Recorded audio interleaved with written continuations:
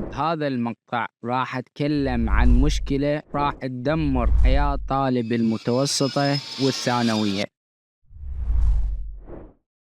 فأتمنى إذا عندكم شخص هاي المرحلة إنه توصلوا له أو أنتم تنقلوا له الكلام اللي راح أكلمه بطريقة يعني تفيدكم. شوفوا يا شباب، بعد ما غيرت محتواي بآخر فترة قدرت إنه يعني أتفرع على غير محتويات اللي هي أنا من زمان أريد أتكلم بيها، محتويات نفس النصح أو يعني محتويات اللي تتكلم عن المجتمع بشكل عام، واللي أنا الصراحة أشوف نفسي بيها أكثر من الجيمين. شوفوا يا شباب، أنا حاليا طالب جامعة، فراح أتكلم عن تجربتي ويا طلاب ثانوية وطلاب متوسطة وبعض الشغلات اللي شفتها انه هواي وقعوا بيها وهواي شفت عليها اثار سلبيه. شو يا شباب، من جيت بالمتوسطه قبل تقريبا 8 سنوات، انا يا شباب جاي من عائله متحفظه، يعني عائله نقول دينيه، عائله يعني ما عندنا ذاك يعني نقول اللي هو الاستهزاء الديني، مثلا الاغاني، مثلا سمع الاغاني وغيرها اللي موجود بهواي عائلات. راح اتكلم يا شباب طبعا عن تجربه يعني وين المدارس العراقيه بشكل اساسي، لكن انا حسب ما ادري وحسب ما يعني سمعت من وايد اشخاص تقريبا المدارس العربيه اغلبيتها تشابه بهذين النقاط. شوفوا يا شباب، من دخلت المجتمع المتوسط كان مجتمع يختلف عن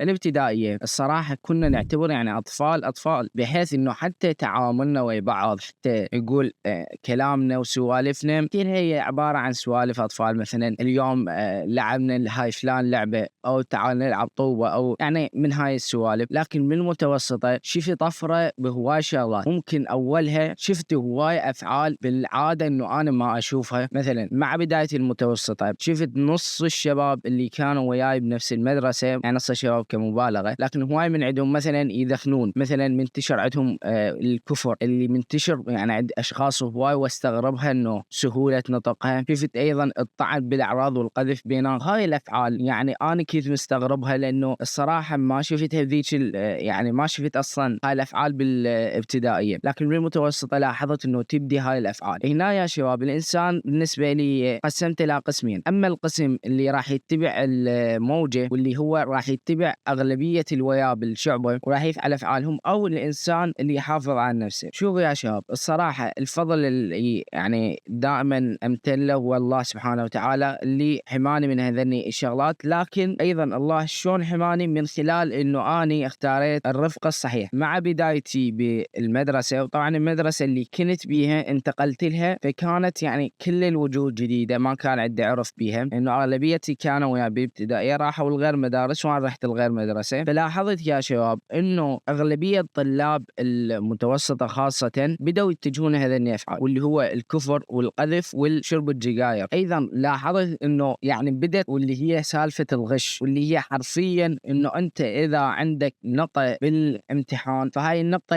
اللي صاحبك اللي يسمي واحد صاحبك يريدها من عندك. فبكل بساطة يا شباب انا اختاريت الرفقة الصحيحة، حميت نفسي يعني حماية. تواجهت يعني هواي ظروف وهواي مواقف صارت وياي، ان شاء الله بالمستقبل ممكن احكيكم عنها، لكن بكل بساطة انا يا شباب يعني الحمد لله والشكر كنت من المتفوقين. فلذلك كنت اتعامل ويا كل الاشخاص، يعني كل الاشخاص يجوا. يعني احد الايام اجانا احد الاشخاص اللي كانوا وياي بالشعبة، واللي هو كان من نقول الجماعة المنفلتة، وحرفيا عرض علي مبلغ من المال، يعني احنا بوقتنا كان كلش كبير، واللي هو حرفيا يجي على كل امتحان غششني بيه اعطيه 25,000. 25,000 ذاك الوقت اعتقد توزع يعني $20 او $21. تخيلوا يعني طالب متوسطة ما عنده شيء يريد يشتري ولا اي شيء، فمبلغ كلش كبير. مع ذلك اصريت ووقفت، وبعدين هواي مشاكل صارت لي. بكل بساطة يا شباب النقطة اللي تذكرها انه انت بدايتك بالمتوسطة وبدايتك بالثانوية راح تواجه واللي هي المجموعة المنفلت، واللي هي يا شباب اذا اتبعتها اول شيء لسانك راح يميل وياهم، واللي هو بالقذف بالاعراض بيناتكم، او حتى بالسب والكفران 100%. وهاي يعني حالات هواي شفتها انه انسان بداية جيدة، يعني بدا انسان صالح وما عنده اي شيء، لكن مشى ويا شخص او شخصين حرفيا اتغيرت حياته 180 درجة. بدا يكفر، بدا يعني يقول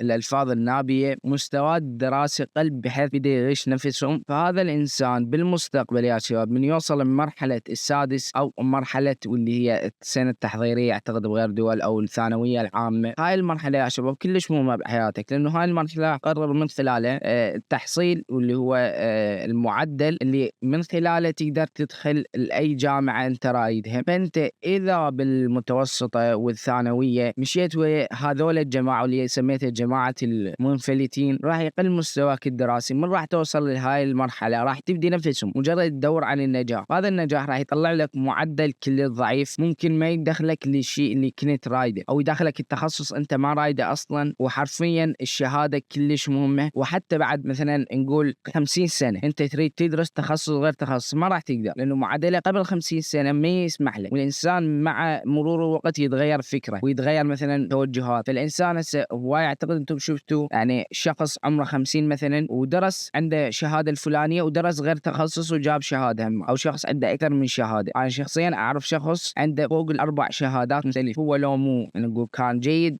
فترة السادس وقدر يطلع معدل جيد بالثانوية العامة، ما كان يقدر يدرس ثلاث تخصصات نفس ما يريد. فبكل بساطة يا شباب أنت إذا كنت طالب مدرسة أو طالب ثانوية انتبه من جماعة المنفلتين. هذول الجماعة يا شباب حاول تتجنبهم بأي طريقة، سواء إنه أنت مجرد تقلل كلامك وياهم، حتى سلام للسلم، أو مثلا بس السلام عليكم وقعد. يحاول يجي يريد يحكي وياك حاول إنه تصرفه، إنه حاول تلقى يا شباب الأصدقاء اللي راح نقول يفيدوك ونفس جو، إنه نفس جوك مثلا يدرسون، أو مثلا نقول انا هسه لقيت جو انه كان بوقتها تابع انمي، فلقيت اشخاص يتابعون انمي وبنفس الوقت زينين، يعني كانوا ما عندهم مو من جماعتي منفلتين. فقدرت من خلالهم انه انا اتجنب فتره انه اظل وحدي بالمدرسه واحس بالوحده. لكن مع ذلك انا لو ما الاقيهم ايضا استمر، انه الوحده افضل من خسران مستقبلك. خاصه يا شباب يعني فتره ثانويه خاصه، وفتره المتوسط ايضا فتره كلش حساسه للانسان، لانه من خلال هذني نقول كم سنه راح يحدد اول شيء شخصيته، ثاني شيء اخلاقه، ثالث شيء تعامله ويا الناس. يعني الشخص اللي يتعود على اخلاق القذف واخلاق الكفران ما راح يقدر يغيرها ولو 50 سنه، وصعب جدا انسان يتغير. لا احد يقول لك انسان يتغير بسهوله، لانه من شب على شيء شاب عليه. هاي انا بالنسبه لي اعتبرها قاعده، اكيد بها استثناءات لكن العم الاغلب وانا اتكلم. فلذلك انا احذركم يا شباب، واذا تريدون تاخذوها من عندي كنصيحه، انه انت اذا بعد طالب ثانويه او متوسطه حاول تتجنب الاشخاص اللي قاعد تشوف بيهم او سواء فساد اخلاقي او حتى ضعف دراسي، انه هذا الانسان ما قاعد ينجح ويوصل نقول لنفس طموحك. فمن راح ترافقه راح يصير نفس السوء عندك، انه نفس الاهمال ولا اخره. فلذلك يا شباب نصيحه انا اقدمها لطلاب الثانويه وطلاب المتوسطه، انه احذروا ممن ترافقون. الصحبه بهاي المرحله كلش اساسيه وكلش مهمه، حرفيا ممكن تغير حياتك، لانه الصحبه زينه راح تجرك الى الدراسه والى النجاح. هسه واحد يقول انا ما اشوف نفسي بالجانب الدراسي والجانب الاكاديمي مثلا، فكل بساطه اقول له انه ما يخالف، انت ما تشوف نجاحك يعني ماكو مشكله،